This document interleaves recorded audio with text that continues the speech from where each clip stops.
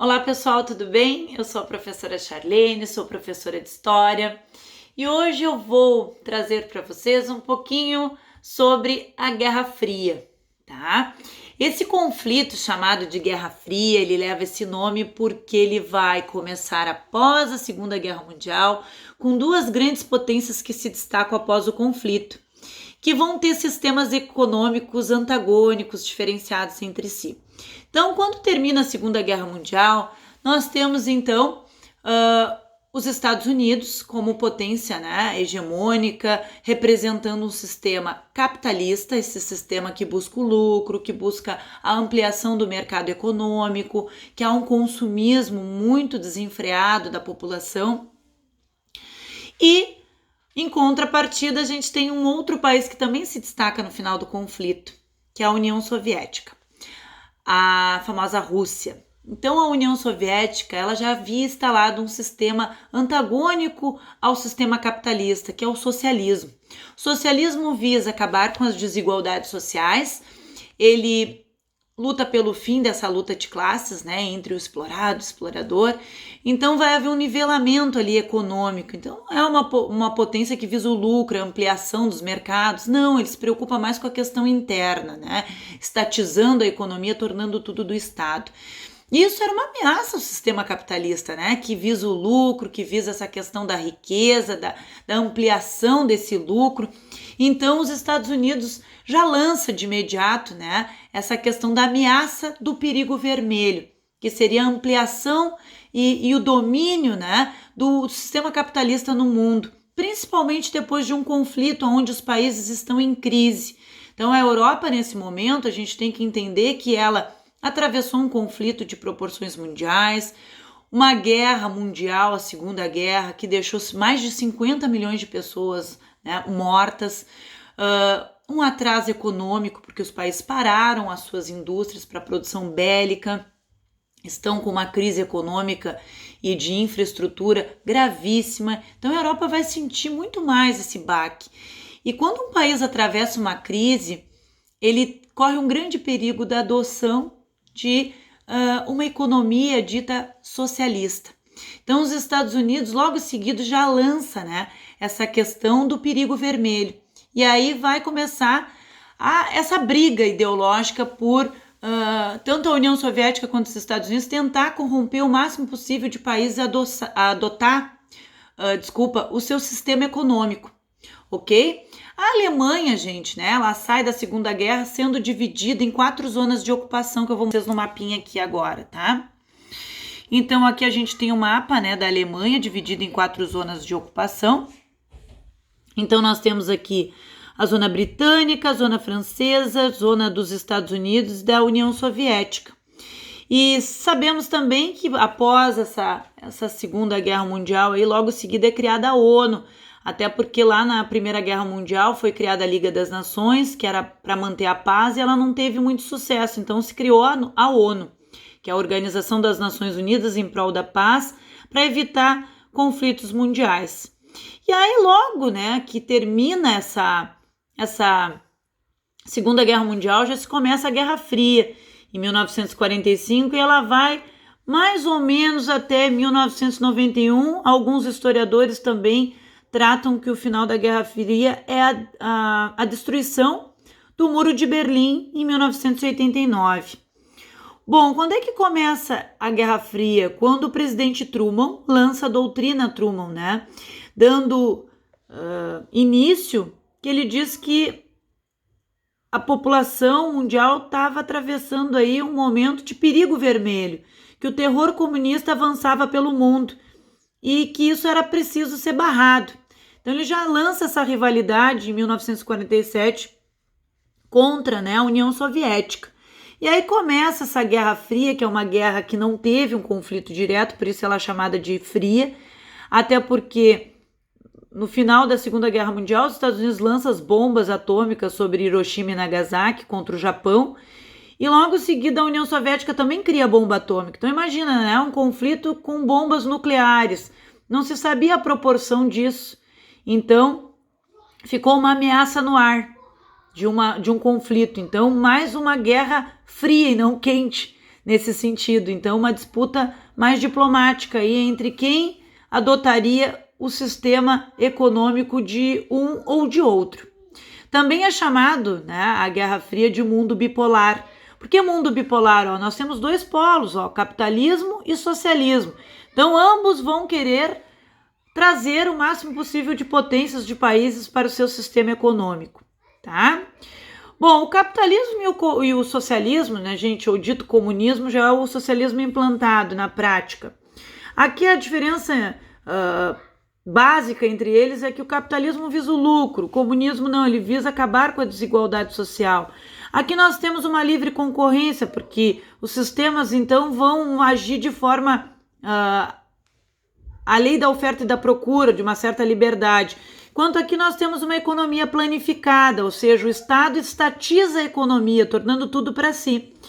Aqui é um individualismo muito forte, né? Quanto mais tu trabalha, mais tu ganha, mais tu lucra. Aqui já há um coletivismo. Então aqui há a busca pela riqueza, pela ambição material, e aqui a questão de igualar a sociedade, né? De não haver diferenças econômicas entre essa sociedade. Então, sempre quando eu falo em Guerra Fria, eu posso falar também em um mundo bipolar. Há uma bipolaridade aí, dois polos, capitalismo e socialismo. Então aqui a gente vai falar sobre várias situações. Houve dois momentos, então, que houve um enfrentamento direto nessa Guerra Fria, que é a Guerra do Vietnã e a Guerra da Coreia. Nesse momento aí, há o capitalismo e o socialismo dividido entre esses dois lugares, tanto o Vietnã quanto a Coreia. E aí há, sim, um conflito entre eles nesses países tentando implantar o seu sistema econômico, mas um contra o outro diretamente nunca houve o conflito, tá? Aqui uma charge, então, mostrando o Tio Sam navegando, né, o capitalismo tentando seu lucro, e há um iceberg ali, né? Há uma barreira ameaçando o sistema capitalista, que é o socialismo. Aqui um mapa mostrando, né, depois da Segunda Guerra Mundial, a adoção em vermelho do sistema socialista e aqui a adoção do sistema capitalista. Só para a gente ter essa noção. O mundo dividido entre dois polos, então, né? O mundo bipolar. Bipolar porque nós temos aí o capitalismo e o socialismo. Bom, além do presidente Truman, né, dos Estados Unidos, lançar a doutrina Truman como um perigo, né? Cuidado com o perigo vermelho, cuidado com o avanço socialista, principalmente após um momento de crise na Europa, nós temos o presidente Churchill falando sobre a cortina de ferro, que desceu-se sobre o mundo uma cortina de ferro. Essa cortina de ferro, até aqui a imagem nos mostra, seria aquela divisão no mapa que eu mostrei em vermelho e verde. Claro, é só uma suposição, mas que do lado socialista não teria essa liberdade de comércio. Então não poderíamos fazer comércio com o lado socialista, até porque eles não visam o lucro. Então desceu sobre o mundo uma divisão que é esse mundo bipolar aí da Guerra Fria, uma divisão político-ideológica na Europa. É a tal da cortina de ferro. Então cuidado com o termo cortina de ferro, é muito utilizado nas questões do Enem. A gente tem que ter todo esse cuidado aí, tá? Bom, os Estados Unidos tentando a convencer países a adotar e ficar com o sistema capitalista, ele pula na frente, como se diz, ele dá uma jogada aqui de mestre. O que ele faz? Ele sabe que a Europa está arrasada por causa da Segunda Guerra. Então ele cria o Plano Marshall. O Plano Marshall, em 1947, é um plano para empréstimos para recuperação e reconstrução dos países que estavam arrasados após o conflito. Imagina que esses países pegaram o empréstimo dos Estados Unidos, é obviamente que os Estados Unidos fazem um elo de ligação com esses países, de dependência econômica, o qual vai ser mais difícil eles adotarem o sistema socialista. Olha a ideia já dos Estados Unidos, né? Eu te empresto dinheiro, isso faz com que a gente crie um elo de dependência, né? Porque eu estou te ajudando e tu está dependendo dessa minha ajuda. Então assim eu evito uma crise que pode vir a agravar também aos Estados Unidos e ao mesmo tempo também evito desses países na Europa adotarem o sistema socialista. Bom, nessa época, gente, era muito comum o serviço de inteligência, então vai ser criado, né, a CIA, serviço de inteligência norte-americano, de espionagem, e é nessa época aí a corrente do macartismo. O que seria isso? Foi criado pelo Joseph McCarthy, que era uma espécie, né, ficou sendo chamado de uma espécie de caça aos socialistas. Ele era extremamente anticomunista. Então é um serviço de espionagem ao qual era uma caça aos comunistas que estavam dentro do país, os Estados Unidos, tentando dar uma de espião, né? Então ficou conhecido como caça às bruxas, mas na verdade é o caça aos socialistas, tá? Então essa é a corrente do macartismo, ok?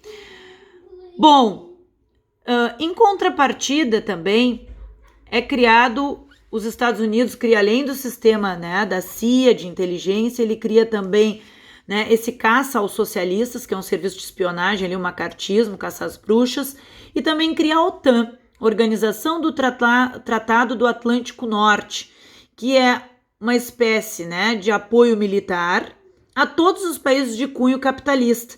Então, se caso acontecesse um conflito direto, quem era membro da OTAN, da Organização do Tratado do Atlântico Norte, teria o apoio, então, de todas as potências que estavam aliadas nessa organização. Então, isso é um apoio militar aos países de cunho capitalista, de adoção do sistema capitalista. Bom, aqui, gente, nós vamos ter um episódio conhecido como a corrida armamentista, que é um momento, então, em que os países vão se armar, tanto os Estados Unidos quanto a União Soviética. Então, aquela questão de, né, quem é que seria o superior em armas.